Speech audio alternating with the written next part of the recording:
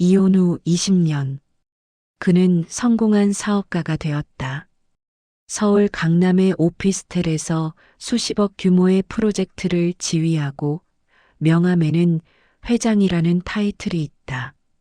하지만 밤 11시 이후에 깨어나는 기억들은 여전히 지워지지 않는다. 젊은 날의 실패, 약속한 미래를 저버린 죄책감, 그리고 한 여자의 얼굴. 그날 그는 구도심 재개발 현장을 둘러보러 낡은 동네에 들어섰다. 철거 예정지 지도를 펼친 손은 차갑고 사무적이었다. 이것은 사업일 뿐이었다. 도시의 노후화된 부분을 깨끗이 제거하고 새로운 것을 세우는 것. 그런데 허름한 건물들 사이, 낡은 간판 아래서 무언가가 그의 발걸음을 멈추게 했다. 물을 뿌리는 여자의 뒷모습, 그 실루엣이 너무나 익숙했다. 20년이라는 세월이 한순간에 무너졌다. 시간은 거기서 멎었고 그는 깨달았다. 어떤 재개발도 지운 기억을 다시 살아나게 할 수는 없다는 것을. 그리고 지금 그 여자의 삶을 없애려는 것이 자신이라는 것을. 이 이야기는 두 사람이 어떻게 다시 만났는지가 아니라 만난 후 무엇을 선택했는지에 관한 것이다. 운명이 아닌 책임에 관한 것이다. 이혼 후 20년이라는 세월은 어떻게 지나가는 걸까? 김준호는 강남역 너머 고급 오피스텔 45층의 회의실에서 그 질문을 다시 한 번 던졌다. 한 손에는 커피잔이, 다른 손에는 펜이 들려 있었다. 창밖으로는 서울의 야경이 펼쳐져 있었다. 한강 건너 강동구의 구도심이 조그맣게 보였다. 그곳이 그의 새로운 프로젝트 대상지였다. 책상 위의 도면을 다시 펼쳤다. 강동구 노후 저층 주거지역 재개발. 자산가치 780억 규모. 그의 회사가 주도적으로 진행하는 프로젝트였다. 약 2만 5천 평의 구역에는 200세대의 주택과 50명의 상가 임차인들이 살고 있었다. 그리고 이제 그들은 숫자가 되었다. 준호, 도면 보이지? 아내 박지원이 들어섰다. 그녀는 올해 47세였지만 40대 초반으로 보이도록 정성을 들였다. 명품 백, 최신형 스마트워치, 목에 걸린 다이아몬드 목걸이. 모든 것이 완벽하게 조화로웠다. 그녀는 대형 건설사 회장의 딸이었고 준호와의 결혼은 두 회사를 연결하는 정략 결혼이었다. 3년 전 대호텔에서 거행된 결혼식에는 400명이 참석했다. 신문에도 났다. 응, 봤어. 내일 현장 가서 점검하는 거 맞지? 응. 오후 3시. 나도 같이 가면 안 돼? 재미있을 것 같은데. 준호는 도면을 보면서 대답했다. 감정 없이. 필요 없어. 현장 점검이야. 그리고 쌀쌀한 날씨라고 했어. 감기 걸릴 수 있고. 지원은 그의 등 뒤에서 한숨을 쉬었다. 그녀는 이런 대화에 더 이상 의문을 제기하지 않았다. 그들의 결혼이 그런 것이기 때문이었다. 함께 있으면서도 먼 침묵 속에서 살아가는 두 명의 낯선 사람. 하지만 그것은 충분히 윤리적이었고 그것으로 충분했다. 돈이 필요하면 말해. 아무것도 아니야. 알았어. 지원이 나갔다. 준호는 다시 도면에 시선을 집중했다. 그 밤 그는 침대에 누웠지만 자지 못했다. 지원은 옆방에서 이미 깊은 수면에 빠져 있었다. 3년 동안 그들은 따로 자고 있었다. 그것도 공식적인 일이었다. 각자의 방이 있고, 각자의 시간이 있고, 각자의 삶이 있는 것. 천정을 바라보면서 준호는 알 수 없는 불안감을 느꼈다. 그것은 무엇 때문일까? 이 프로젝트가 특별해서일까? 아니면 다른 이유가 있는 걸까? 그의 휴대폰이 울렸다. 밤 11시 45분. 회사 임원의 전화였다. 회장님, 현장 도면 최종 확인 완료됐습니다. 내일 주민 설명회 자료도 준비됐고요. 알겠어. 내일 먼저 현장을 보고 결정해. 예. 그런데 혹시 아실 만한데요. 그곳에 세차장이 있거든요. 세차장? 네. 지하 관리사 공간을 전용으로 쓰고 있는데 주인이 혼자라고 해요. 여성이고 준호의 심장이 작게 떨렸다. 그것은 우연이었다. 아무것도 아닌 우연. 무슨 상관 있어? 아, 네. 그냥 보상금 문제에서 좀 복잡할 것 같아서요. 정식 건물이 아니거든. 처리해. 전화를 끊었다. 준호는 천정을 다시 봤다. 세차장. 혼자 운영하는 여성. 그것은 아무것도 아니었다.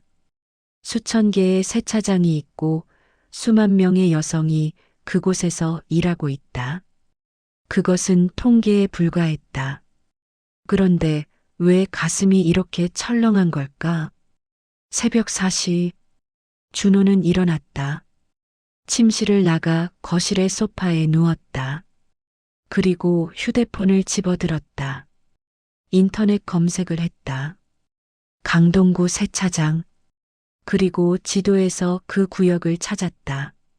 지도상의 작은 아이콘들.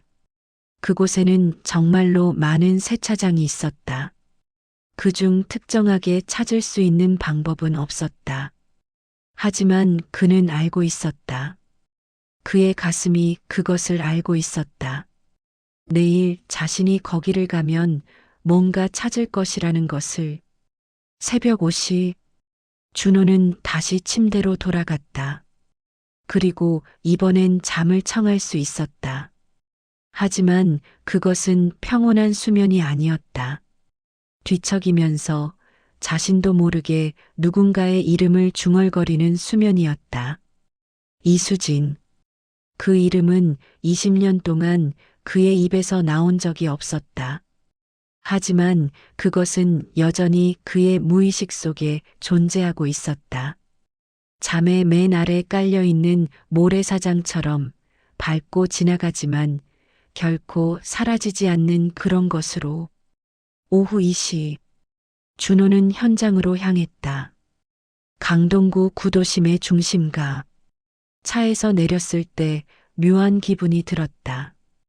이 지역은 그의 기억 속에는 없었다. 1990년대에 그와 이수진은 서울대 근처에서 만났고 거의 그 근처에서만 시간을 보냈다. 강동구는 그의 세계에 없었다. 그런데 왜 이렇게 낯설지 않은 기분이 들까? 아, 그것은 낙후된 곳이기 때문이었다. 어디나 비슷한 낡은 간판, 좁은 골목, 시간이 멈춘 듯한 건물들. 1990년대의 서울의 어느 곳이나 그랬다. 회장님, 여기가 개발지구입니다. 담당자가 지도를 펼쳤다. 약 2만 5천 평의 붉은 선으로 표시된 구역. 그 안에는 빌딩, 주택, 상가들이 점점이 표시되어 있었다. 이 지역의 대략적인 나이는 평균 35년 정도입니다. 1980년대 중후반에 지어진 건물들이 대부분이고요. 준호는 그 건물들을 바라봤다. 콘크리트가 까매진 벽면, 녹슨 철제 간판, 그리고 사람들의 살. 분주한 오후 시간. 누군가는 편의점 앞에 앉아 있고, 누군가는 작은 가게 문을 닫고 있고, 누군가는 빨래를 널고 있다. 이 모든 것이 없어질 것이었다. 그것은 준호에게 아무 죄책감을 주지 않았다. 이것은 사업이었다.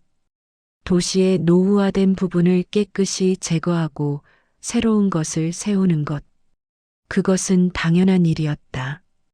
그런데 그 순간 어떤 것이 그의 발걸음을 멈추게 했다. 허름한 건물들 사이, 낡은 간판 아래, 물을 뿌리는 여자의 뒷모습. 준호의 심장이 멈췄다. 그 실루엣, 그 움직임, 그 방식. 20년 동안 한 번도 본 적이 없지만 그 몸짓은 그의 신체에 각인되어 있었다. 마치 자신의 몸의 일부처럼. 그는 의지와 무관하게 움직였다. 발이 저절로 움직였고 호흡이 얕아졌다. 물을 뿌리던 여자가 고개를 들었다. 그 얼굴, 20년, 정확히 20년이었다. 변했다. 많이 변했다. 얼굴은 더 각지고 거칠었다. 피부는 더 어두워졌고 햇빛에 그을린 자국이 뚜렷했다. 눈 주변에는 깊은 주름이 팬선이 있었다. 머리는 반 이상이 새하얀색이었다. 하지만 그것은 이수진이었다. 준호의 입에서는 아무 소리도 나오지 않았다. 그녀의 눈이 그를 비추었다. 처음에는 낯선 사람을 보는 무관심한 눈이었다. 그의 고급 정장, 명품 구두, 그리고 비싼 손목시계를 스치고 지나갔다. 그녀는 그런 것들을 많이 봤을 것이었다. 강남의 도시에서는 그것이 흔한 풍경이었으니까. 하지만 1초가 흐르고 2초가 흐르고 3초가 지나갔다. 그녀의 얼굴에 무언가 변화가 일어났다. 그것은 놀람이 아니었다. 그것은 더 깊은 무언가였다. 시간이 역행하는 듯한 무엇을 깨닫는 순간의 그런 표정. 그녀의 입술이 움직였다. 준호? 그 이름이 그 입에서 나왔을 때 준호는 자신이 실제로 살아있는지 의심했다. 20년 만에 자신의 이름을 그녀의 목소리로 들었다. 그 목소리는 변했다. 피로가 실려 있었다. 하지만 그것은 여전히 그 목소리였다. 응. 준호의 목소리가 떨렸다. 그는 모든 것을 통제할 수 있는 사람이었다. 시장을 읽고 사람을 지배하고 협상을 이기는 사람이었다. 그의 회사의 간부들은 그를 절대적인 권위자로 봤다. 하지만 지금 그의 목소리는 1990년대의 불안한 젊은 건축학도의 목소리였다. 이수진이 호스를 내려놓았다. 아파? 응. 멀쩡한데? 회사, 건설회사, 여기서 재개발 프로젝트를. 그는 말을 완성하지 못했다. 그 말이 무엇을 의미하는지 그녀가 알아차릴 것이기 때문이었다. 아, 그래. 그녀의 얼굴은 다시 평온으로 돌아갔다. 마치 처음부터 그가 누군지 모르는 그런 표정으로. 시간의 문이 닫혔다. 세차하고 가세요. 차를 가져오셨다면 세차하고 가세요. 지금 14시까지는 프리미엄 코스 가능해요. 20분 정도 걸릴 것 같습니다. 그녀는 그를 낯선 고객으로 대하고 있었다. 그것이 더 큰 충격이었다. 준호는 말을 해야 할 것 같았다. 무언가 중요한 말을. 하지만 무엇을 말해야 할지 알 수 없었다. 세차장을 하고 있었어? 네. 15년 정도. 혼자? 그녀는 이미 다른 차로 가고 있었다. 아이들이 어릴 때는 그랬어요. 지금은 애들도 도와줘요.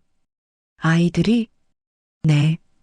그녀는 호스를 들고 다른 차 쪽으로 가고 있었다.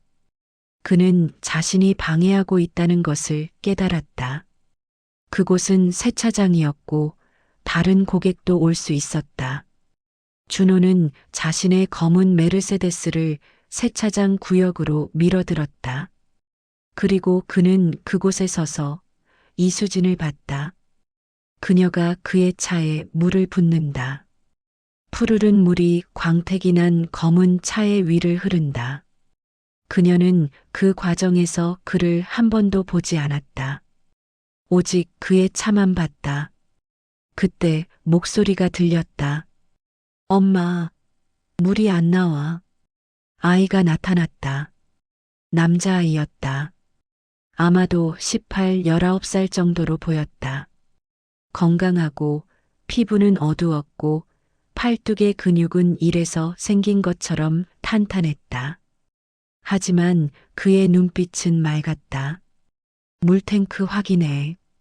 라면처럼. 아이는 엄마의 말을 이해하는 것 같았고 곧 물을 가지고 돌아왔다. 다 되었어? 응. 여기 물 조금만 더. 그들은 자연스럽게 함께 일을 했다. 엄마와 아이. 서로 필요한 것을 알고 있고 그것을 건넨다. 준호는 그것을 보면서 가슴이 철렁했다. 그들은 아무도 해주는 사람이 없는 상태에서도 함께 살아가고 있었다. 고마워요. 아이가 인사를 했다. 그 아이가 준호를 보았다. 그리고 그 순간 준호는 아이의 얼굴에서 자신을 봤다. 눈동자, 얼굴의 윤곽, 그리고 무엇보다 그 분위기. 뭔가 자신과 닮은 무언가. 준호는 아이의 나이를 계산했다.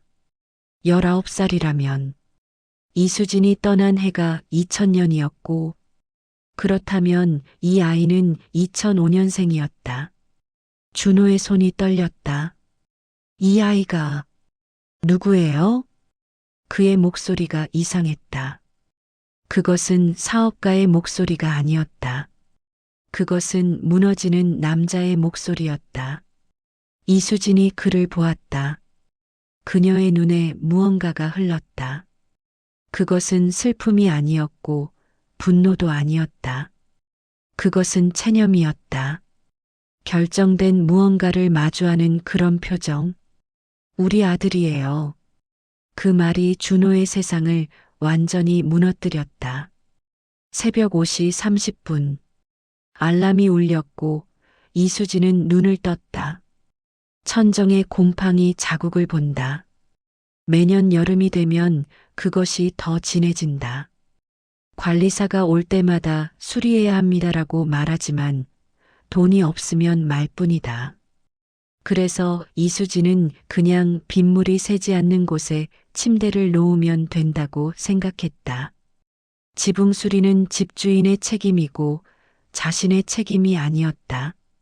물론 자신이 이곳을 인수했다면 자신의 책임이겠지만 그녀는 침대에서 일어나기 전에 심호흡을 3번 했다. 이것은 20년간의 습관이었다. 어둠이 채가지 않은 새벽 침대에서 일어나기 전에 심호흡을 3번 하는 것. 그 이유는 간단했다. 이 하루를 시작할 준비를 하기 위함이었다.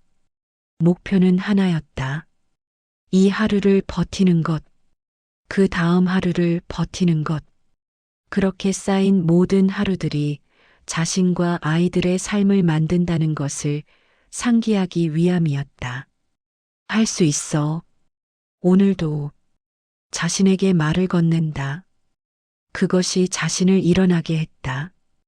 원룸의 창을 본다. 아직 어둠이 남아 있었다. 달력을 본다. 달력의 벽에는 매월 첫째 주 일요일마다 동그라미가 쳐져 있었다. 여름 방학 저축액 체크. 올해는 1200만 원이 목표였다. 지금까지 650만 원. 남은 기간 4개월. 한 달에 140만 원씩 모아야 한다. 그 계산을 이수진은 매일 한다. 불가능해 보이는가? 아니다. 가능한 숫자였다. 왜냐하면 자신은 이미 20년을 그렇게 살아왔기 때문이었다. 욕실에서 세수를 하면서 거울을 보지 않았다. 오래전부터 그러한 습관이 생겼다. 자신의 얼굴을 보면 불필요한 감정들이 올라오기 때문이었다. 45세의 자신. 얼굴에는 햇빛에 그을린 자국이 뚜렷했다. 손에는 세제 자극으로 갈라진 주름이 있었다. 머리는 새치로 반이 되었다. 입술은 건조했다. 하지만 그녀는 그것을 자신의 패배로 여기지 않았다. 그것은 자신이 살아냈다는 증거였다. 6시 10분. 이수진은 아파트 지하 세차장의 셔터를 올렸다. 지난 15년간 이곳이 자신의 세계의 전부였다. 처음 이곳을 인수했을 때는 거의 파산 상태였다. 주인은 암으로 돌아가셨고 가족들은 이 작은 가게에 관심이 없었다. 은행에서 채무 압박이 들어오고 있었다. 이수진이 가진 전 재산 2천만 원 생활비 제외가 은행 대출 3천만 원으로 세차장을 인수했다. 미친 결정이었다. 그런데 그것이 자신과 아이들이 살 수 있는 유일한 길이었다. 처음 5년은 정말 힘들었다. 새벽 5시부터 밤 10시까지. 손톱이 벗겨지고 겨울에는 동상이 생기고 여름에는 피부가 너덜너덜해졌다. 하지만 견뎌냈다. 아이들을 위해서. 세차장을 보면서 이수진은 무언가를 느꼈다. 그것은 소유에 대한 기쁨 같은 것은 아니었다. 더 깊은 무언가. 이 공간이 자신의 것이라는 것. 누군가가 자신에게 이것을 빼앗아 가려 해도 자신은 싸울 수 있다는 것. 그런 느낌이었다. 6시 30분. 현준이가 세차장에 내려왔다. 아들은 여름 방학 동안 엄마의 일을 도왔다. 특별히 돈을 받지 않았다. 그것이 가족의 일이었기 때문이었다.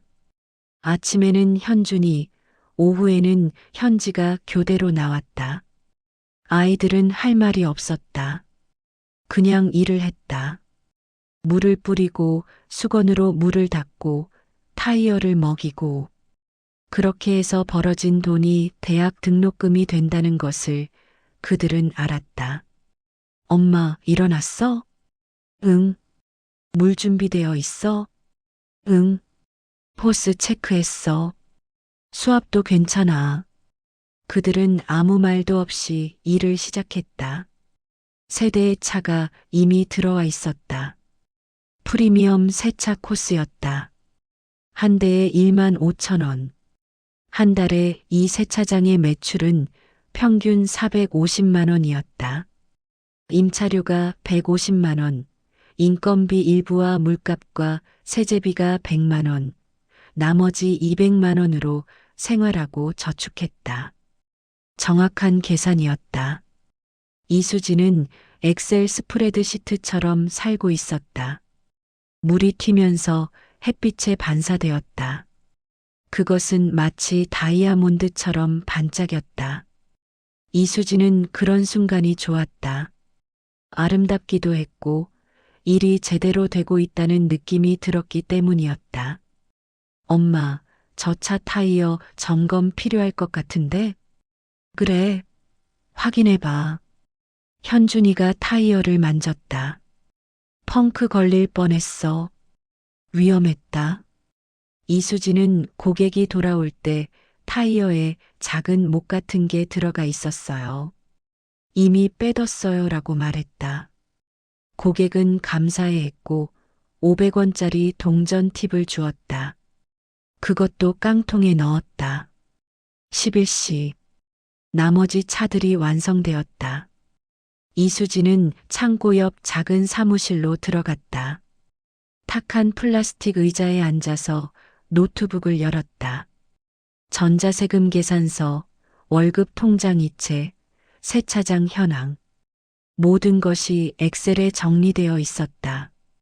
15년이라는 세월 속에서 그녀가 배운 것은 많았다. 기계 수리, 회계, 마케팅. 유튜브에서 배웠다. 서점에서 사온 책으로 배웠다. 고객들과의 대화에서 배웠다. 하지만 그보다 중요한 것은 자신의 인생을 자신의 손으로 통제한다는 것이었다. 누군가를 기대하지 않기, 누군가를 원망하지 않기, 주어진 조건 속에서 최선을 다하기. 그것이 생존의 방식이었다. 12시 30분. 현지가 내려왔다. 오후 시간 교대였다. 엄마, 밥 먹었어? 응, 밥 먹어라. 도시락 냉장고에 있어. 현준이는 학원 가기 전에 밥 먹고 갈 거야. 너도 먹어. 현지는 엄마의 얼굴을 보았다. 햇빛에 그을린 얼굴, 각진 턱, 회색 머리카락. 하지만 그녀의 눈은 여전히 맑았다. 19살의 딸이 볼 때 엄마는 세상에서 가장 강한 사람이었다. 엄마, 무거워? 아니야. 이 정도는 아무것도 아니야. 그녀는 엄마를 안아주고 싶었지만 그 대신 조용히 세차장으로 내려갔다. 눈물이 나왔지만 엄마에게 보이지 않으려고 했다. 1시부터 5시까지. 평일 오후에 세차장은 바빴다. 회사원들이 점심 후 근처에서 차를 맡기고 과외 가는 학생들의 부모가 거쳐갔다. 현지는 말없이 일했다. 6시. 문을 닫을 시간이 되었다. 이수지는 하루를 정산했다. 세차 18건, 매출 27만 원, 팁 5만 원, 총 32만 원. 목표 일일 매출은 30만 원이었다. 오늘은 목표를 달성했다. 그녀는 현지와 함께 세차장을 청소했다. 바닥을 쓸고 비누 자국을 닦고 배수구를 정리했다. 그리고 밤 9시 세차장을 닫았다. 현지가 엄마의 손을 보았다. 여름 햇빛에 더 진해진 주름, 세제로 벗겨진 큐티클, 손가락 사이에 검은 때. 그 손이 자신과 오빠를 지켜냈다. 그 손이 없었다면 자신들은 버려졌을 것이었다. 더 정확히는 어떤 미래도 없었을 것이었다. 엄마, 오늘도 고생했어. 응, 우리 현지도 고마워. 이수지는 딸의 손을 잡고 계단을 올라갔다. 일일이 끝났다. 내일도 똑같은 하루가 올 것이었다. 그리고 그것은 견딜 수 있는 일이었다. 왜냐하면 자신과 아이들이 그것을 견뎌내기로 했기 때문이었다. 밤하늘을 올려다봤을 때 이수지는 생각했다. 그 남자는 지금 어디에 있을까? 아마도 따뜻한 침대에서 자고 있을 것이었다. 혹은 누군가와 함께 있을 것이었다. 그것이 자신의 선택 결과였다. 그런데도 가슴이 아프지 않았다. 대신 무언가 더 무거운 것이 가슴을 누르고 있었다. 그것이 무엇인지 그녀는 알고 싶지 않았다. 오직 내일의 일만 생각하기로 했다. 오후 2시 45분. 준호는 현장에 도착했다. 강동구 구도심의 중심가. 빌딩은 낮고 도로는 좁고 간판은 낡았다. 이곳은 재개발의 최적의 대상지였다. 그는 차에서 내려 지도를 펼쳤다. 약 2만 5천 평의 재개발 지구. 그 안에는 다양한 소유주들이 있었다. 주택 소유자들, 상가 임차인들, 그리고 작은 자영업자들. 그들의 인생 대부분이 이 땅 위에 있었다. 그것은 준호에게 중요하지 않았다. 그것은 시장이었고 기회였다. 여기가 세차장이네요. 건설회사의 담당자가 옆에서 말했다. 준호는 세차장을 바라봤다. 허름한 건물, 낡은 셔터, 그리고 물을 뿌리는 여자의 뒷모습. 그 순간 세상이 멈추었다. 아니, 세상이 멈춘 게 아니라 그의 시간이 멈췄다. 준호의 심장이 비정상적으로 빠르게 뛰기 시작했다. 그것은 두려움 때문이었다. 무언가 엄청난 일이 일어나려 한다는 두려움. 그리고 그것이 자신을 완전히 변화시킬 것이라는 두려움. 그의 다리가 저절로 움직였다. 물을 뿌리던 여자가 고개를 들었다. 그 얼굴. 20년. 정확히 20년이었다. 변했다. 많이 변했다. 하지만 그것은 이수진이었다. 절대적으로 확실하게. 그녀의 눈도 그를 비추었다. 처음에는 낯선 사람을 보는 눈이었다. 하지만 1초, 2초, 3초가 흐르면서 그녀의 눈빛에 변화가 일어났다. 그것은 시간이 역행하는 순간의 그런 표정이었다. 준호? 그녀의 목소리가 들렸다. 20년 만에 준호는 자신의 이름을 그녀의 입에서 들었다. 그 목소리는 예전과 같았다. 차분하고 깊었다. 다만 피로가 실려 있었다.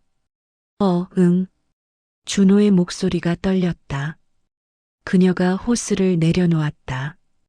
그리고 그는 보았다. 그녀의 손. 주름이 깊은 손. 손톱이 벗겨진 손. 하지만 그 손의 움직임은 여전히 그대로였다. 마치 20년이라는 시간이 흐르지 않은 것처럼. 아파? 응. 멀쩡한데? 회사. 건설회사. 여기서 재개발 프로젝트를. 그의 말을 듣고 그녀의 얼굴이 변했다. 이해했다.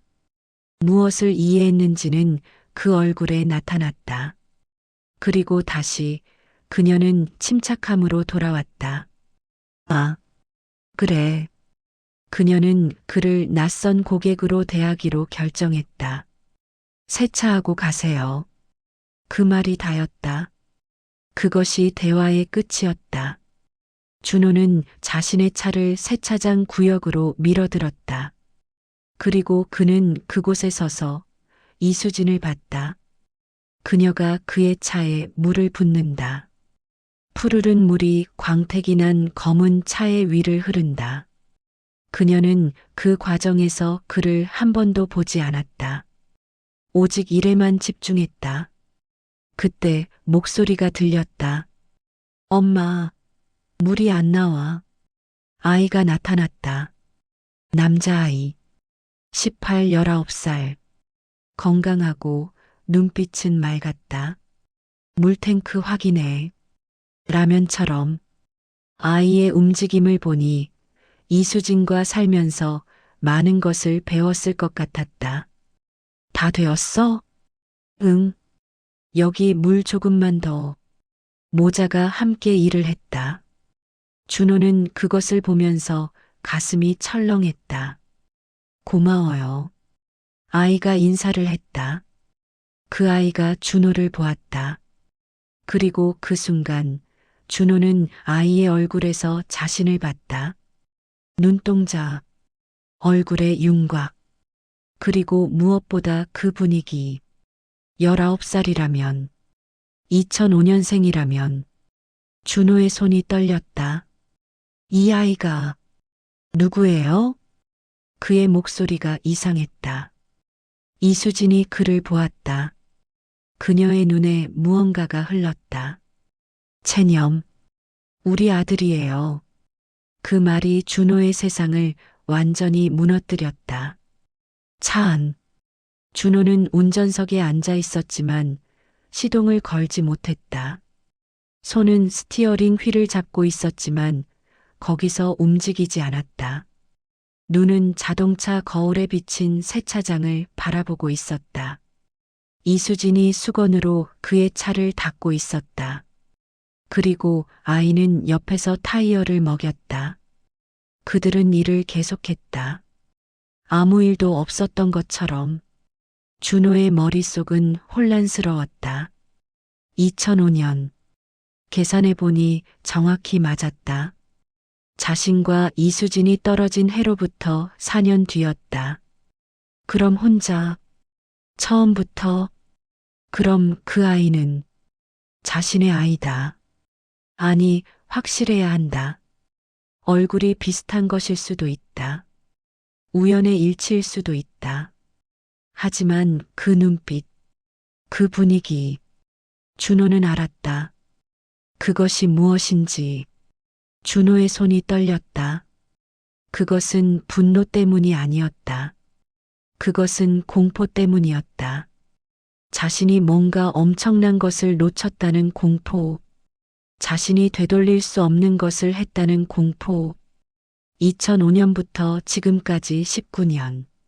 19년 동안 그는 아무것도 하지 않았다. 그 아이가 태어났을 때 뭔가를 했는가? 아니다. 그는 사업을 하고 있었다. 그 아이가 처음 학교에 갔을 때? 아니다. 그는 새로운 프로젝트를 따고 있었다. 그 아이가 어떤 상황에서 어떻게 자랐는지 준호는 아무것도 모른다. 하지만 이수진은 모든 것을 감당했다. 혼자. 준호의 휴대폰이 울렸다. 회장님, 세차 오래 걸렸네? 다른 현장 있잖아. 담당자의 목소리였다. 응, 잠깐만. 준호는 전화를 끊었다. 그리고 세차장을 나갔다. 이수진에게 갔다. 잠깐, 말 좀. 세차가 다 끝났어요. 15만 원이에요. 아니, 그게 아니라. 그는 현진 그렇게 부르는 게 맞나? 이름도 모르는군. 이수진이 보지 않는 곳으로 이수진을 옮기고 싶었다. 하지만 그럴 수 없었다. 그곳은 세차장이었고 다른 고객도 올 수 있었다. 지금은 그런 얘기할 때가 아니에요. 이수진이 먼저 말했다. 그녀의 목소리는 단호했다. 아이의 이름이 뭐예요? 현준이에요. 생년월일 2005년 4월 23일. 정확했다. 그렇다면 이제 확실했다. 그 아이는 자신의 아이였다. 그 아이가 내 아이예요? 이수진의 얼굴이 변했다. 마침내 감정이 보였다. 그런 말은 하지 마세요. 그런데 맞지 않아? 얼굴이. 그 아이는 제 아이예요. 제가 혼자서 낳고 혼자서 길렀어요. 당신은 아무것도 한 게 없으니까 당신에게는 관계없는 일이에요. 그럴 리가. 이수진, 제 말 좀 들어봐. 저는 이제 준호가 뭘 하고 싶은지 알고 싶지 않아요. 그녀의 목소리가 차분했다. 하지만 그 안에는 15년이라는 세월이 깔려 있었다. 무한한 인내와 분노와 슬픔이. 그리고 준호는 더 이상 그녀를 돌아보지 못했다. 밤 11시. 준호는 침대에 누웠지만 자지 못했다. 지원은 옆방에서 이미 깊은 수면에 빠져 있었다. 그녀는 이 결혼 속에서 평온했다. 준호는 천정을 봤다. 2005년 4월 23일. 그 아이가 태어났을 때 자신은 어디에 있었을까? 아마도 공사 현장에 있었을 것이다. 혹은 은행 대출 상담을 받고 있었을 것이다. 혹은 누군가를 속이고 있었을 것이다. 그리고 이수진은? 그녀는 혼자 병원에 가서 아이를 낳았을 것이다. 통증 속에서 혼자 울었을 것이다. 그리고 그 아이를 보았을 때 그녀는 무엇을 생각했을까? 이제는 중요하지 않았다. 어쨌든 그 아이는 이수진 혼자가 키웠다. 현준이. 그 이름마저도 이수진이 지었을 것이었다. 준호는 아무것도 하지 않았다. 아무것도 주지 않았다. 아무것도 말하지 않았다. 하지만 그 아이는 건강했다. 얼굴에는 생기가 있었다. 엄마와 함께 일하는 모습이 자연스러웠다. 그 아이가 행복해 보였다. 얼마나 많은 밤을 이수진은 깨어 있었을까. 돈 계산을 하면서 아이의 미래를 걱정하면서 그리고 그 과정에서 몇 번이나 절망했을까. 그런데도 그 아이는 엄마 곁에서 웃고 있었다. 준호는 침대에서 일어났다. 그는 거실로 나가 소파에 앉았다. 그리고 휴대폰을 집어들었다. 인터넷 검색을 했다. 강동구 세차장. 그리고 지도에서 그 구역을 찾았다. 지도상의 작은 아이콘들. 그곳에는 정말로 많은 세차장이 있었다. 하지만 이수진의 세차장을 찾기 위해서는 그냥 가면 된다. 자신의 가슴이 그것을 알고 있었다. 준호는 다시 재개발 프로젝트 서류를 봤다. 세차장은 재개발 지구 내에서 가장 면적이 작은 건물 중 하나였다. 약 50평. 토지 가격으로 환산하면 약 2억 5천만 원 정도. 세차장이 완전한 건물이라면 보상금은 그 정도 수준일 것이었다. 하지만 그곳은 주택도 아니고 정식 건물도 아니었다. 아파트 지하의 관리사 공간을 전용한 형태였다. 보상금은 형식적인 금액일 것이었다. 아마도 5천만 원 정도. 5천만 원. 그 돈으로 이수진과 현준이 그리고 아마도 또 다른 아이가 있을 그들이 다시 시작할 수 있을까? 아니었다. 이 물가에서 5천만 원은 전월세 보증금 정도였다. 그리고 이수진은 그곳이 사라지면 무엇을 할까? 다시 같은 일을 할 것인가? 하지만 나이는 45세가 되어 있을 것이었다. 준호는 자신의 회사를 도구로 삼아 정보를 모았다. 이수진 이름의 세차장 운영 인허가. 2009년 취득. 가게 인수 가격은 공식적으로 5천만 원이었다. 그리고 지난 15년간 그 가게의 변동은 거의 없었다. 단지 매년 인허가만 갱신되고 있었다. 2009년. 그렇다면 이수진은 혼자 아이를 키우다가 아이가 4살과 3살 반일 때 세차장을 인수했다는 뜻이었다. 그 당시 얼마나 절망했을까? 얼마나 많은 밤을 깨어 있었을까? 준호는 세차장의 임대인을 조사했다. 그 건물의 주인은 다세대 주택 보유자였다. 그리고 그 건물도 재개발 구역에 포함되어 있었다. 임대 계약서를 확인해 보니 이수진과의 임대료는 월 150만 원. 계약 기간은 2009년부터 2019년까지로 이미 끝났다. 이후는 월 단위 계약이었을 것이다. 그렇다면 재개발이 시작되면 임대인이 임대료를 올릴 수 있었다. 혹은 임대를 종료할 수 있었다. 이수진은 그걸 알고 있을 것이었다. 그래서 그녀는 이미 준비하고 있었을 것이었다. 준호는 이수진의 은행 기록을 조사하고 싶었다. 하지만 그것은 법적으로 불가능했다. 대신 그는 상상했다. 매달 200만 원을 저축한다면 매년 2,400만 원. 15년 동안이면 3,600만 원. 그리고 팁과 추가 수입을 합치면 아마도 4천만 원 정도가 되어 있을 것이었다. 그 돈으로 아이들의 교육비를 내고 생활비를 내고 그리고 조금씩 저축하고 그렇게 해서 두 아이가 대학을 준비하고 있었다. 준호는 다시 천정을 봤다. 밤은 길었다. 그리고 다음 날 준호는 결정을 내렸다. 이틀 뒤 준호는 다시 세차장에 왔다. 이번에는 다른 옷을 입었다. 사업가 김준호가 아니라 그냥 한 남자의 모습으로.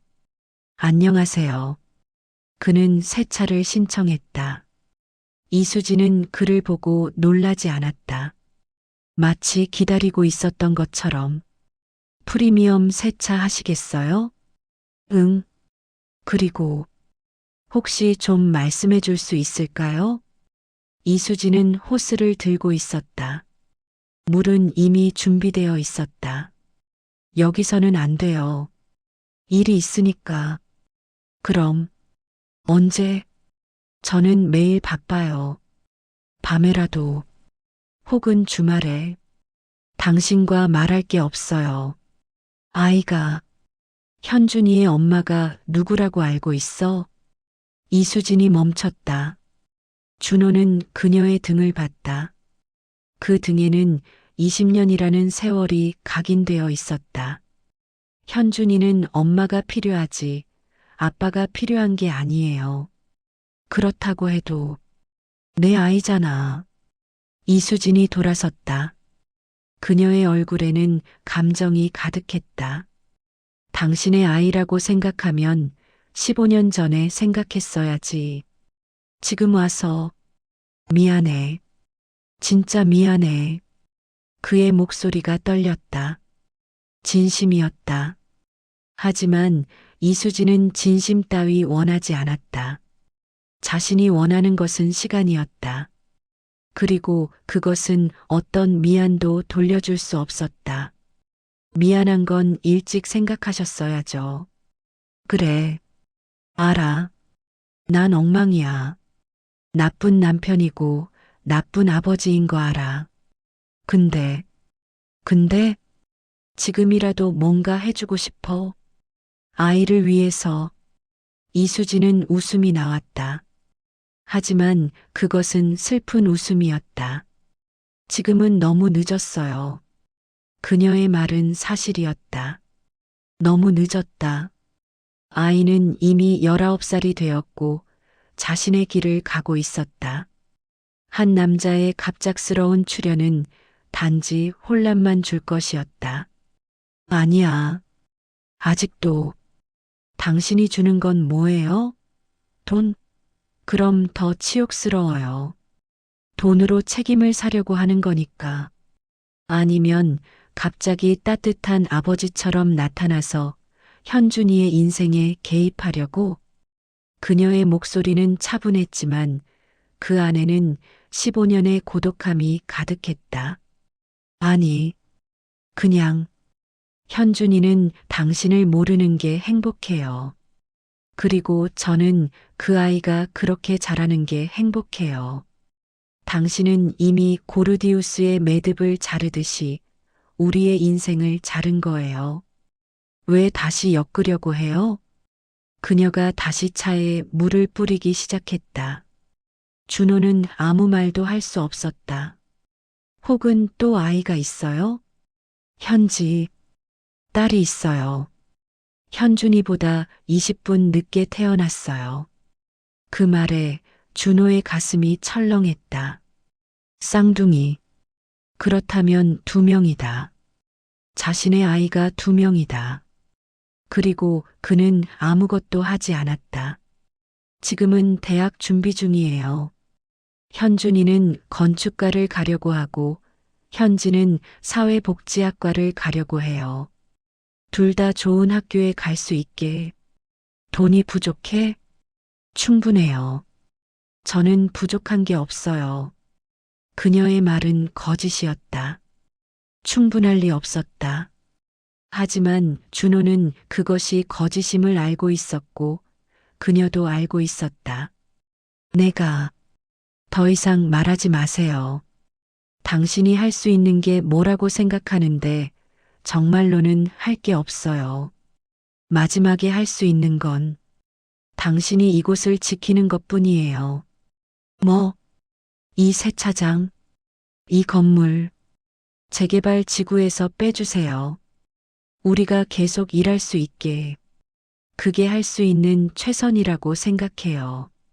준호는 입이 떨렸다. 그것은 충분했다. 아니, 그것이 전부였다. 그래, 할 수 있어. 정말? 응. 근데 그 대신 하나만. 뭐, 아이들이 나를 알고는 싶지 않을까? 아빠라는 이름으로는 아니어도 다른 사람으로서 그녀의 눈이 차가워졌다.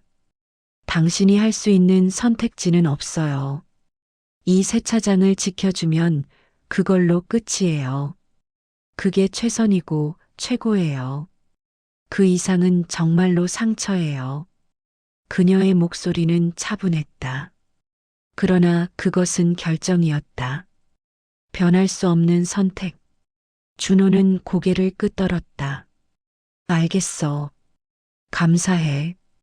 정말. 세차가 끝났다. 준호는 돈을 내고 차를 타고 나갔다. 하지만 그의 마음은 여전히 그곳에 남아 있었다. 회의실, 강동구청의 담당 공무원들, 그리고 준호의 회사의 간부들이 모여 있었다. 재개발 조합 설립을 위한 사전 협의였다. 약 200세대의 주택 소유주들과 50명의 상가 임차인들이 이 사업의 대상이 되었다. 준호는 도면을 펼쳤다.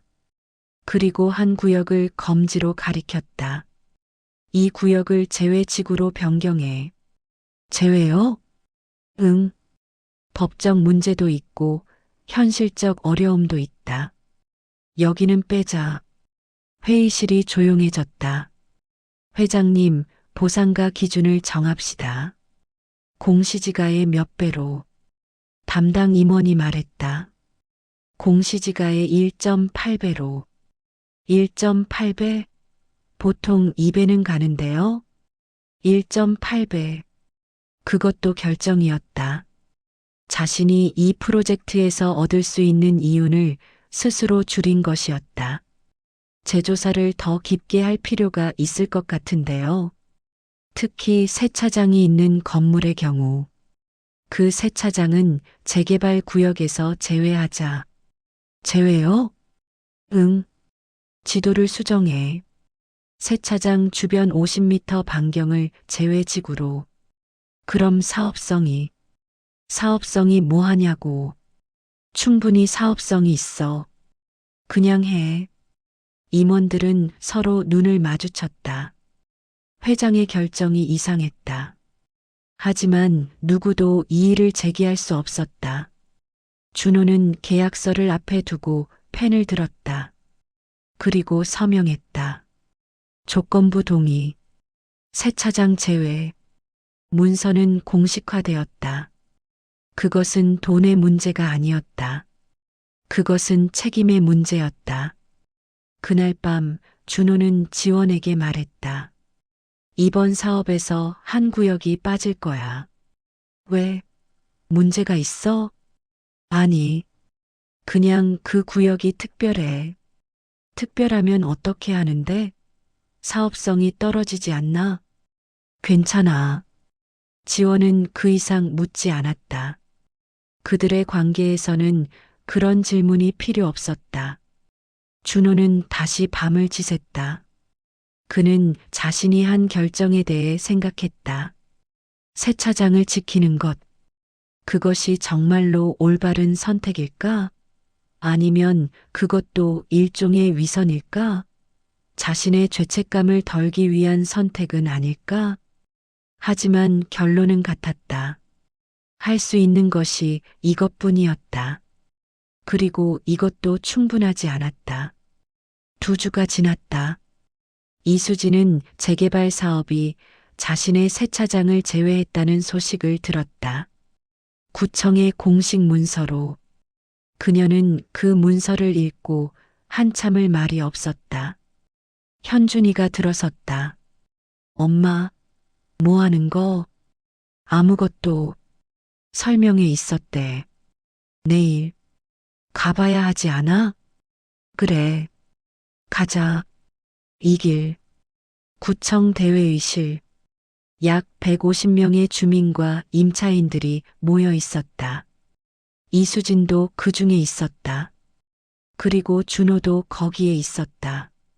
그는 무대 위에 있었고 이수진은 관객석에 있었다. 준호는 발표했다. 재개발의 전체 계획, 새 아파트의 규모, 보상 기준, 그리고 마지막으로, 그리고 현재 세차장 건물의 경우 여러 법적 이유로 인해 이번 개발 사업에서 제외되기로 결정했습니다.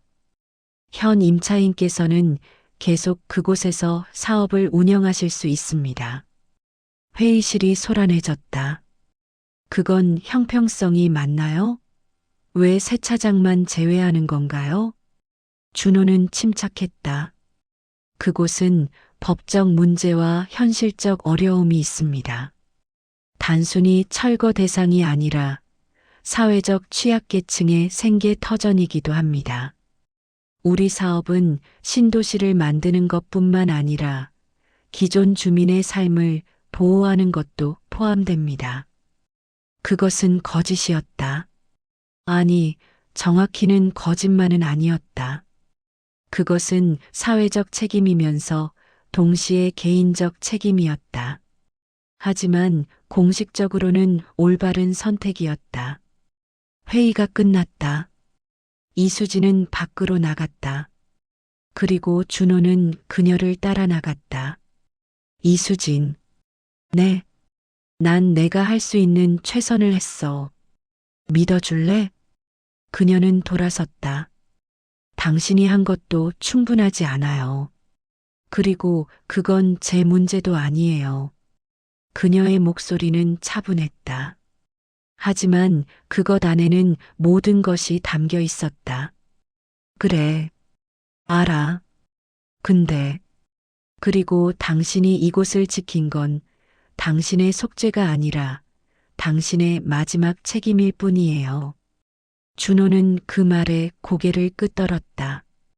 현지는 정말로 딸 이름이 현지야? 네.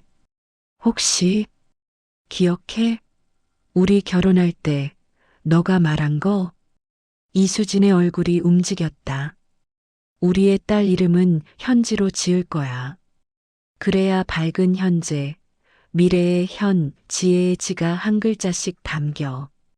기억해? 이수진의 눈이 빨개졌다. 하지만 그녀는 눈물을 흘리지 않았다. 당신이 기억하고 있었어? 응. 난 많은 걸 잊었지만 그건 못 잊었어. 그리고 현준이의 이름도. 밝은 현 고든준. 너희의 미래가 밝고 곱기를 바라는 이름. 그래서 뭐 한다고요? 지금 와서? 아무것도 아니야. 그냥 너희가 내 아이라는 걸 알았으니까. 마지막으로 하나만 하고 싶었어. 뭐? 세차장을 지키는 것. 내가 건설한 저 작은 건물을 지키는 것. 그게 내가 너에게 약속한 건물이라고 생각했어. 높고 크지는 않지만 그 안에 사는 사람들의 삶이 담겨 있는 건물. 내가 꿈꿨던 그런 건물. 내가 지어주지 못했으니까 최소한 지켜주려고. 이수지는 말이 없었다. 그리고 난 알아. 이 결정도 너무 늦었다는 거. 아이들의 인생을 돌려주지 못한다는 거. 그들의 아버지가 없었던 19년을 돌려줄 수 없다는 거. 하지만 이것이 내가 할 수 있는 전부야. 그녀가 눈물을 흘렸다. 이번에는 닦지 않고, 당신은 왜 미안해서, 그리고 책임감에서, 그리고 사랑했으니까. 잠깐이었지만 정말로 사랑했으니까. 이수진이 몸을 돌렸다. 당신이 이렇게 말해봤자 모든 게 돌아오는 건 아니에요. 잃어버린 시간이 돌아오는 것도 아니고 아이들이 아빠를 원하게 되는 것도 아니에요. 알아. 그래도 감사해요. 세차장을 지켜줘서 그걸로 충분해요. 그녀가 돌아섰다. 이수진 혹시 가끔이라도 아이들이 내 소식을 물으면 뭐라고 말해줄까? 그녀는 한 걸음을 멈췄다. 당신은 좋은 건축가였어요. 그리고 당신의 아이들도 지혜롭게 살아가는 법을 배웠어요. 혼자서. 그것이 그녀의 대답이었다. 그리고 준호는 더 이상 말하지 않았다. 그것으로 충분했다. 6년이 지났다. 강동구의 재개발은 완성되었다. 30층의 신축 아파트, 상가 건물, 그리고 지하 주차장. 그것은 정말로 아름다운 건물이었다. 준호의 건축 철학이 담겨 있었다. 단순히 높고 크지만 그 안에 사는 사람들의 삶을 고려한 구조. 햇빛이 잘 드는 거실, 넓은 복도, 세대 간 프라이버시를 존중하는 벽 배치. 하지만 그 건물의 주변에는 여전히 작은 건물이 하나 남아 있었다. 청정세차. 여전히 허름했다. 하지만 낡지는 않았다. 누군가가 매년 페인트를 칠했다. 누군가가 지붕을 보수했다. 누군가가 그곳이 사라지지 않도록 했다. 이수지는 50대가 되었다. 여전히 새벽 5시에 일어나서 세차장 셔터를 올렸다. 현준이는 대학을 졸업하고 건축사무소에 들어갔다. 그는 아버지의 피를 이었을지도 모른다. 하지만 그는 다른 길을 가기로 했다. 노후주택을 현대적으로 개조하는 일, 도시의 허름한 곳을 살려내는 일. 현지는 사회복지학과를 졸업하고 현재 취약계층 지원재단에 다니고 있었다. 그녀는 시간이 날 때마다 엄마의 세차장에 내려와 도왔다. 그리고 어느 날 이수지는 그들에게 말했다. 너희가 성장한 이곳이 이렇게 남은 이유를 알려줄게. 현준이와 현지는 엄마의 말을 들었다. 한 남자가, 너희 아버지가 이곳을 지켜줬어. 더 정확히는 자기의 책임을 다하기로 결정했어. 아빠? 응. 너희는 아빠를 모르지만 아빠는 너희를 알고 있었어. 그리고 자신이 할 수 있는 최선을 했어. 현준이의 얼굴이 변했다. 엄마, 아빠가 누구야? 이름이 뭐야? 이수지는 한참을 생각했다. 그리고 말했다. 너희 이름을 보면 현준이는 현과준, 현지는 현과지야. 둘 다 밝은 현자, 그리고 지혜라는 뜻이 담겨 있어. 그건 너희 아버지가 정했던 이름이야. 그리고 그 아버지는 처음엔 약했지만 나중에 책임을 외면하지 않은 사람이었어. 너희도 그래야 해. 처음엔 약할 수 있지만 나중엔 반드시 책임을 져야 해. 현지가 엄마를 안았다. 엄마가 정말 대단해. 아니야. 난 단지 내가 할 수 있는 일을 했어. 너희 아버지도 마찬가지야. 처음엔 못했지만 나중엔 했어. 그게 전부야. 세차장에서 햇빛이 물을 뿌릴 때 반사되는 빛을 보면서 이수지는 25년의 세월을 돌아봤다. 고통도 있었다. 외로움도 있었다. 하지만 책임도 있었다. 그리고 그 책임을 다했을 때 그녀는 자신의 삶이 결코 낭비되지 않았다는 것을 깨달았다. 저 멀리 높은 아파트가 보였다. 그것도 결국 어떤 남자의 책임감에서 비롯된 것이었다. 처음엔 도망치려던 책임. 하지만 마지막엔 마주한 책임. 그리고 그 책임은 또 다른 책임을 낳았다. 현준이의 건축으로, 현지의 복지사 일로. 끝나지 않는 책임의 사슬. 이수지는 미소를 지었다. 좋아. 이제 시작해보자. 그녀는 새로운 손님을 위해 호스를 집어들었다. 햇빛은 여전히 반짝였고 물은 여전히 흐르고 있었다. 그리고 그 과정은 계속될 것이었다. 책임이라는 이름으로.